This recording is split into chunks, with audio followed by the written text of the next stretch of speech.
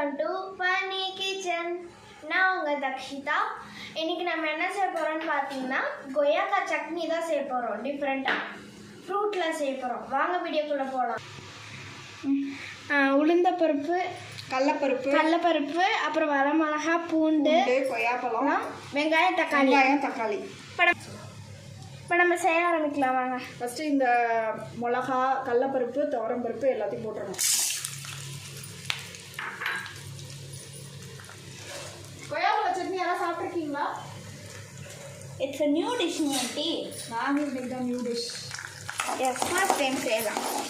நேற்று இது செஞ்சோம், குடமிளகா கிரேவி செஞ்சோம், சூப்பராக இருந்துச்சு. ஃபர்ஸ்ட் டைம் தான் செஞ்சோம், நல்லா இருந்துச்சு கிரேவி.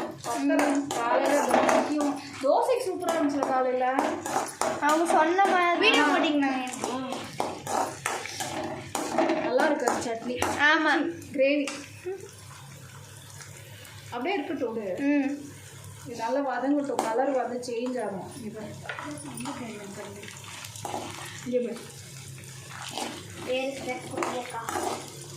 சைக்கிள் யாருக்கெல்லாம் குடமிளகா பிடிக்கும், குடமிளகா பிடிக்காதுன்னு நாங்கள் எல்லாருமே தான். இந்த வாட்டி இப்போல்லாம் டேஸ்டிங்க்கு நான் மாறிட்டேன். ரொம்ப நாளாக செய்யணும் யூடியூப் ஆரம்பிச்சதுலேருந்தே செய்யணும்ட்டு பிளான். ஒரு நாள் ஹல்வா பண்ணாங்க. எப்படி ஏதாச்சும் இந்த அல்வா பண்ண, வாழை இலை அல்வா அது பண்ணலை. பலாப்பழ அல்வா, பலாப்பழத்தில் ஜாக் ஃப்ரூட் அல்வா. நிஜமா ஜாக் ஃப்ரூட்லாம் அல்வா இருக்காங்க. அல்வா செய்வாங்க. அப்புறம் வந்து அதில் கேசரிலாம் செய்வாங்க. நல்லா கேரட் அல்வா நல்லாயிருக்கும். கேரட்டில் அல்வா செய்வாங்க, சூப்பராக இருக்கும். கேரட் அல்வா நல்லாயிருக்கும். எங்கள் சித்தி ராவதி அம்மா பண்ணி கொடுப்பாங்க. இன்னும் வருகணும், நல்லா ப்ரௌனிஷாக அப்படியே கலர் மாறணும், இல்லாட்டி பச்சை வாசனை இருக்குது.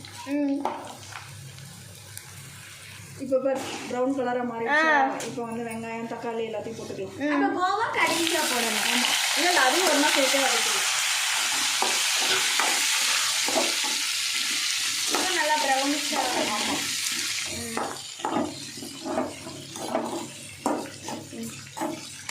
கொய்யாப்பழத்தையும் போட்டுடலாம். நீங்கள் வாழைக்காய் நினைக்கிறாதீங்க, அது கொய்யாப்பழம் வாழைக்காய் மாறுங்க. ஆமாம், இப்போ வதங்கிடுச்சு காய். நம்ம வந்து ஃபேனில் ஆற வச்சு அரைச்சி எடுத்துடலாம். நம்ம கொய்யாக்காய் சட்னி வந்து அரைச்சாச்சு. பார்க்க இப்படி தான் இருக்குது. நம்ம தாளிச்சு போட்டுக்கலாம். தாளிச்சோடனே போட்டுட்டு சாப்பிடலாம் இட்லி. சரியா, நல்லா தான் இருக்குது. அம்மா சாப்பிட்டு பார்த்தேன், சட்னி டேஸ்ட்டாக இருக்கும். எஸ்,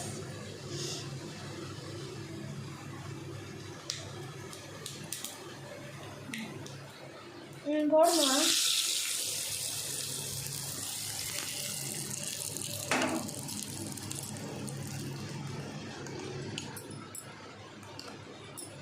சூப்பரான கொய்யாக்காய் சட்னி ரெடி. சாப்பிடலாமா? நான் தான் இப்போ டேஸ்ட் பண்ண போகிறேன் கொய்யாக்காய் சட்னி.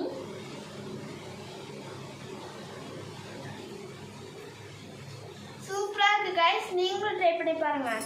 மறக்காமல் லைக் பண்ணுங்கள், ஷேர் பண்ணுங்கள், கமெண்ட் பண்ணுங்கள், சப்ஸ்கிரைப் பண்ணி பெல் ஐக்கனை கிளிக் பண்ணிடுங்க. Bye guys.